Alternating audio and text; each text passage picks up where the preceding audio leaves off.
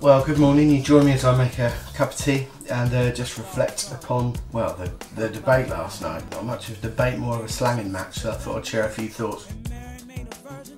The fact that Theresa May didn't turn up should actually offend you, but by the very same token, the fact that every other leader, and let's face it, there wasn't every other leader there, spent all of their time, or a lot of their time, reminding the audience just how bad it is that Theresa May didn't turn up. But they could have spent a little bit more time actually talking us through their policies, you know, ideas, the things we're meant to be bloody voting on. And just when you think things can't get any more depressing at all, who's popping up on my TV all morning, repeating the same ridiculous sound bites and bringing the new soundbite into the fray as well, this magic money tree. Oh my god, Boris bloody Johnson. What does he do? Does he talk any sense? Does he provide any analysis?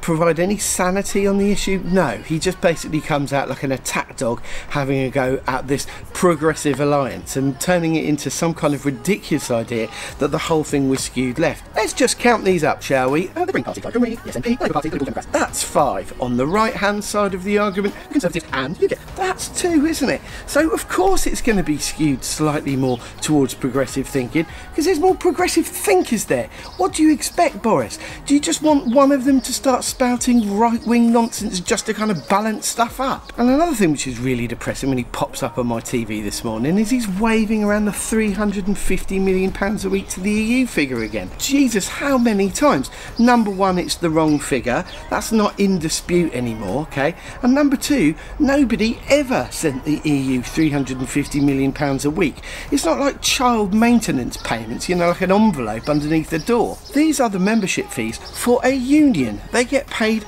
annually, and Margaret Thatcher negotiated a whazzing great big discount years ago. But there he is on my TV this morning like some kind of amiable pissed dandelion, going on and on and on, using disputed numbers and character assassinating people because he's got nothing constructive to bring to the argument. Listen, I know that some people are aghast at the concept of Jeremy Corbyn being the Prime Minister, or Tim Farron being in a cabinet, for instance, or even Caroline Lucas managing to find her way into some kind of position of power.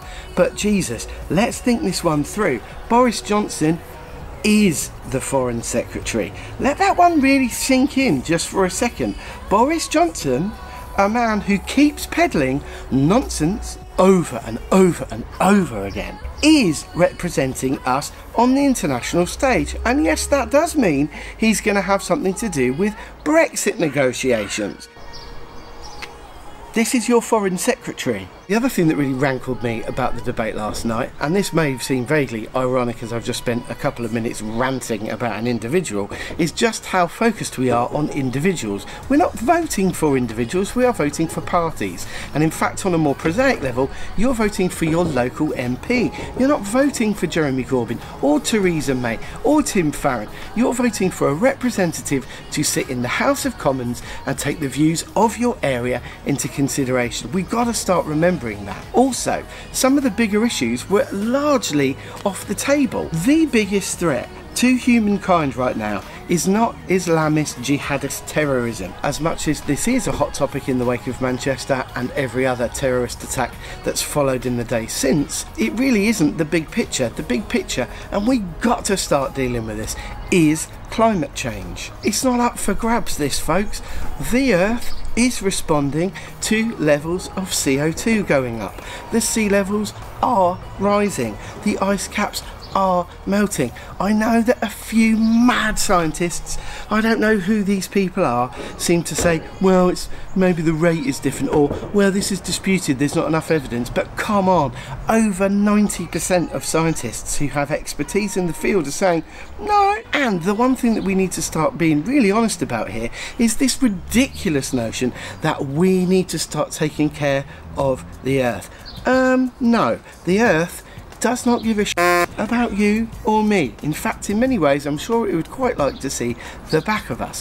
What we need to be doing is taking care of our ability to live within the environment that is the Earth. If we continue the way we are, it will not sustain human life anymore, and let's be honest, we're some way, aren't we, from being able to live on a distant planet or colonise Mars or any of the other cool ideas which are on the table. So we need to start being a little bit more responsible, taking care of this planet, making sure that we're investing in proper ways of creating energy sustainably, renewables and all of that stuff, not burning fossil fuels, but also taking a look at the way in which we consume.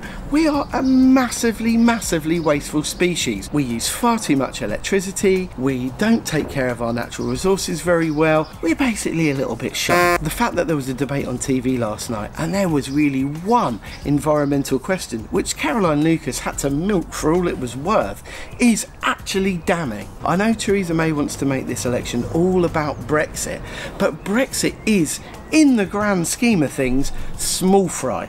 I know some of you will think I'm being hyperbolic. I know some of you will think, well, Brexit's ever so important. Listen, Brexit is an important issue, okay? But it's an issue which really does need to be put into a wider context.